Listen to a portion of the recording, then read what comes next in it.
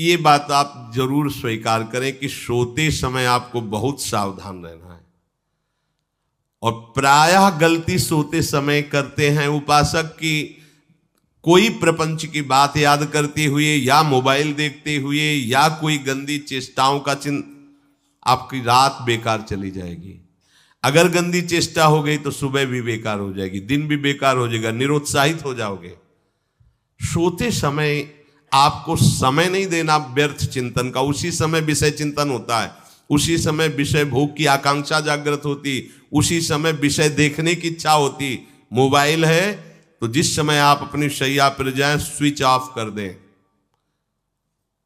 उसमें मैसेज घंटी आने का कोई भी रास्ता मत रखें। मान लीजिए आप उपासक हैं भगवत प्राप्ति के, 30-35 वर्ष ये नहीं था तो सब मर नहीं गए थे।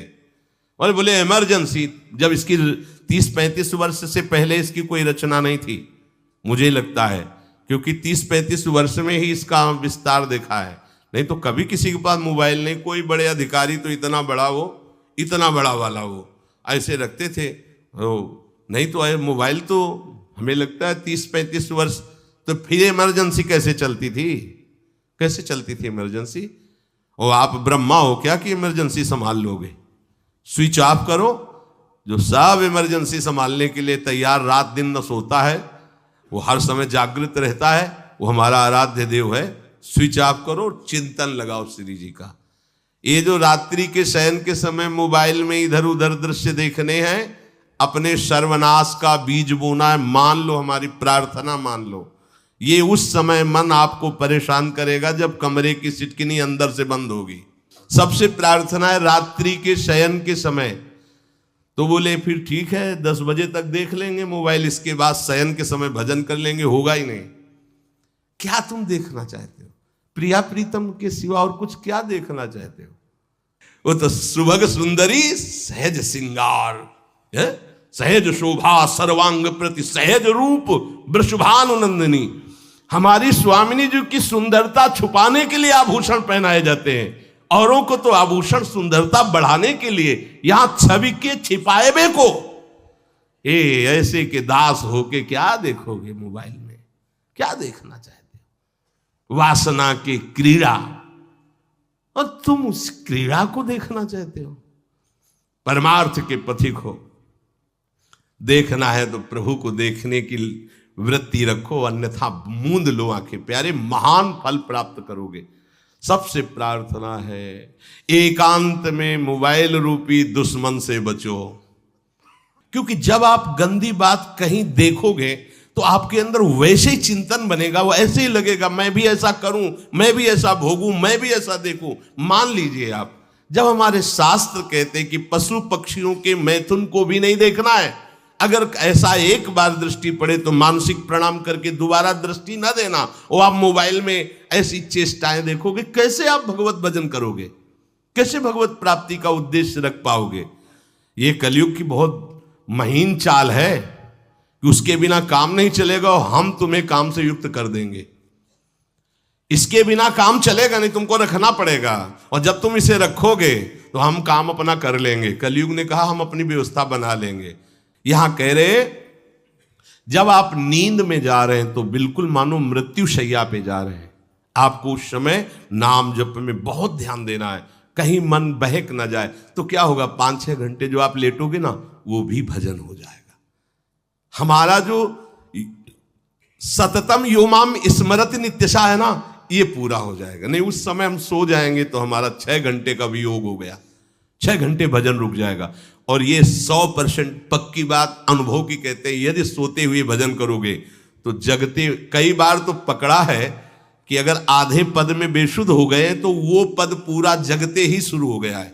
मतलब बीच में स्थिति भागवती की रही। जैसे बेहोश करते समय हमने कहा था जब ऑपरेशन के हमें बता देना, तो उनका बाबा अब इंजेक्शन लगाने वाले हैं तो वो 1 मिनट हमें केवल दीजिए, अपनी चित्तवृत्ति। तो जब होश आया तो वही पहले चिंतन चल रहा था, वही चिंतन। जैसे सोने के समय बेहोश हुए तो जगने के समय वही चिंतन, ऐसे ही इंजेक्शन से जब बेहोश हुए और जब होश आया तो वही चिंतन चल। बहुत बड़ा चमत्कार अभ्यास का है। नींद खुले तब से लेकर गाढ़ नींद आने तक स्मरण में कभी रुकना नहीं। और आपको एक छूट दे रहे हैं। कभी कभी क्या होता है कि एक मंत्र में, एक नाम में जैसे बहुत देर अभ्यास करते हैं तो मन उबने लगता है। इसका स्वभाव है, ये अनुभव की बातें कहते हैं। इसका स्वभाव है नवम नवम, नहीं तो ये मतलब, तो इसको हम लोगों ने कैसे फंसाया है। जैसे गुरु मंत्र जप रहे, अब 2-3 घंटे लगातार गुरु मंत्र जप, अब इसको उबन बढ़ी, अब ये छोड़ रहा है, बीच बीच में पता चलता है छोड़ना चाहता है, छोड़ रहा है, तुरंत इसको नाम में फंसाया। अब थोड़ी देर नाम में चला, फिर उब रहा है, बहुत विचित्र है ये, अब उसको फंसा दिया। और पीछे की बात अभ्यास के समय, नमामि शमीशान निर्वाण रूपम विभुम व्यापकम ब्रह्मवेद स्वरूपम।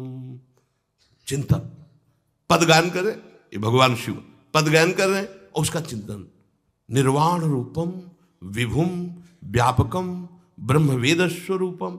अब अपने यहां अवसर है, सुंदर सुंदर कोई पद गुरुमंत्र जब करते हुए मन जब उमने लगे, राधा वल्लभ श्री हरिवंश, राधा वल्लभ श्री हरिवंश, राधा वल्लभ श्री हरिवंश, इसमें भी उमने लगे, शुरू कर, जोई जोई प्यारो करे सोई मोही भावे, भावे मोही जोई, इसमें भी उबले लगे।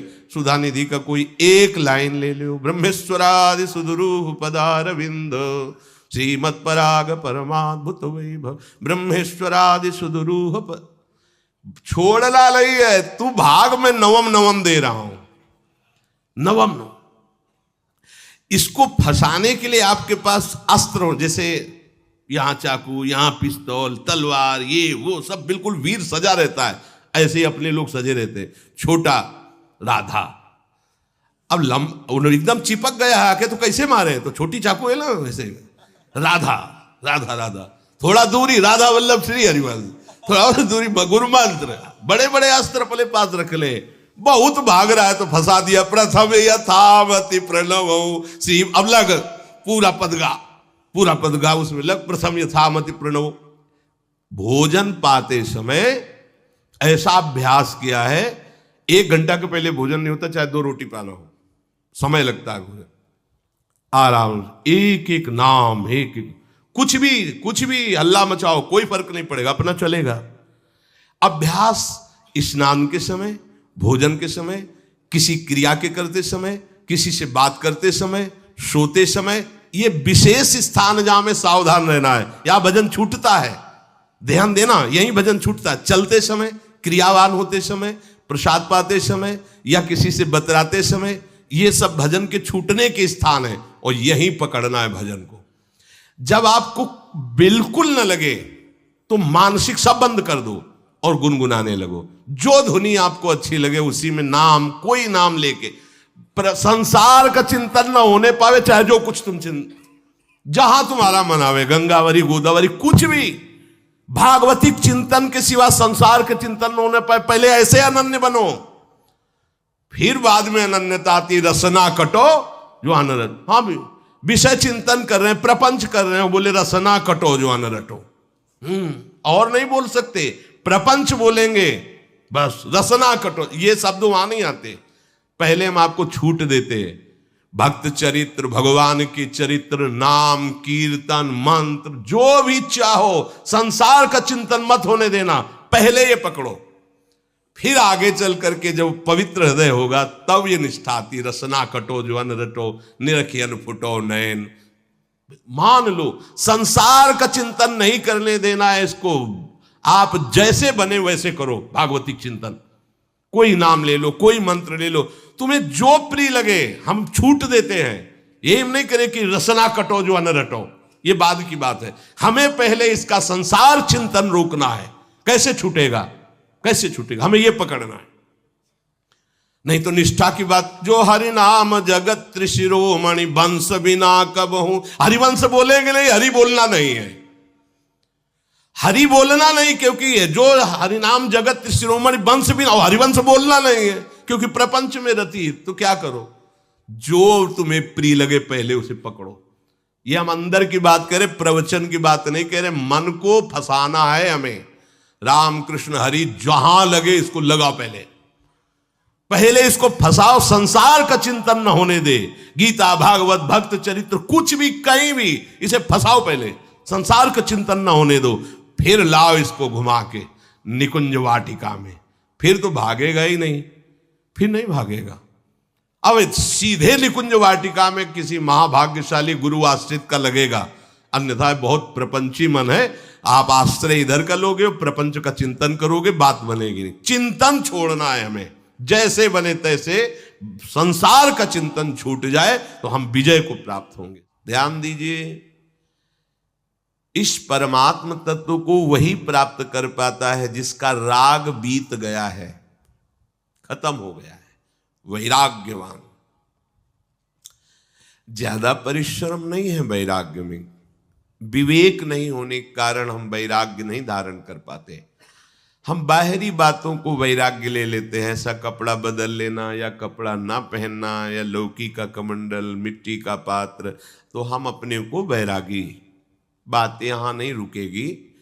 वैराग्य का इतना ही मतलब नहीं, ये भी एक बाह्य अंग है वैराग्य का, पर वैराग्य का सच्चा स्वरूप है वीतरागा। कहीं कुछ भी अच्छा नहीं लग रहा, कोई भी सुख आकर्षित नहीं कर रहा, लोक लोकांतर की प्रतिष्ठा, मान, सुख, ऐश्वर्य, व्यक्ति, कुछ अच्छा नहीं, राग खत्म हो गया। ऐसा उस अक्षर ब्रह्म को, अविनाशी तत्व को जान पाता है। जगते भयो फिरे बैरागी। जैसी हरिवंश प्रपंच बंच सब ये काल ब्याल को खायो। हालत यह है कि जैसे सांप ने मेढक को पकड़ रखा और मेढक सामने पतिंगा को, कीड़े को पकड़ना चाहता है। उसे यह पता नहीं कि मैं खुद किसी का कवल बन चुका हूं, वो एक झटके में मुझे अपने पेट में ले जाएगा। ऐसे ही हम सब हैं, काल के द्वारा ग्रसित है। काल ने हमें पकड़ रखा है, पर हम भोग भोगना चाहते हैं। हम नाना प्रकार की मान प्रतिष्ठा पाना चाहिए, ये पता नहीं एक झटके में हमारा अस्तित्व ही खत्म हो जाएगा। जिनके अंतःकरण में किसी भी व्यक्ति, वस्तु, स्थान, पद, प्रतिष्ठा का राग ही नहीं रह गया है, उसे कहते हैं वैराग्यवान। वीतरागाः, राग ही नहीं है।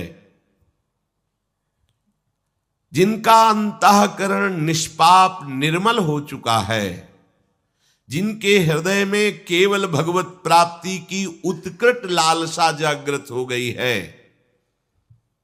ऐसा साधन संपन्न उपासक परमात्म तत्व में प्रवेश पाता है।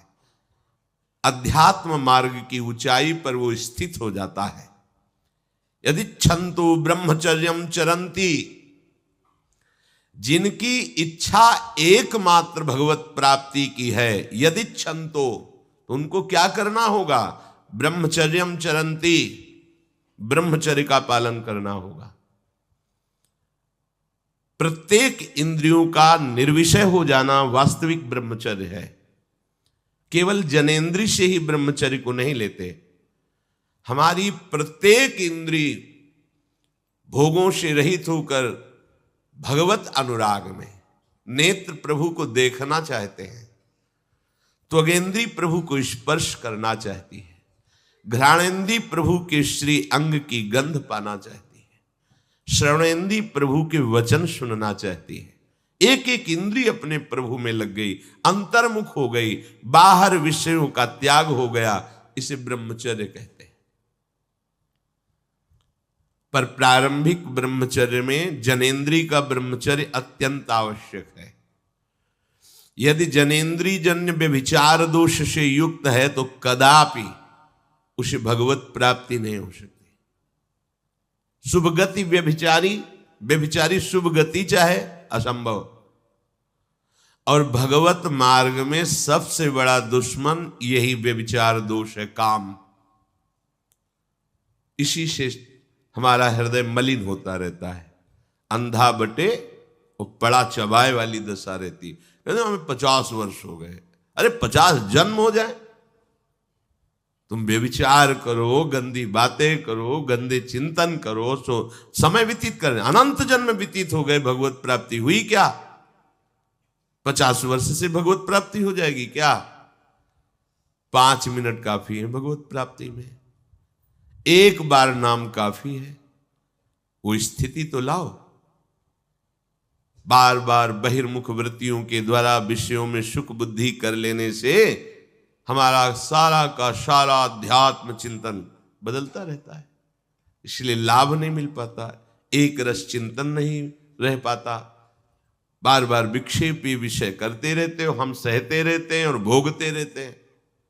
एक बार तो हिम्मत करके उठो, अब लो नशानी अब ना नशई हो, एक बार तो दृढ़ बनो। बस मन के अनुकूल चलने की बात को तुम्हें रोकना होगा, तभी तुम्हारे अंदर यदि क्षण तो ऐसी इच्छा जागृत होगी। पक्का पक्का ऐसा ही है, जब हम किसी विषय के वेग को सहते हैं, विषय नहीं भोगते हैं, तो मन बहुत जलाता है।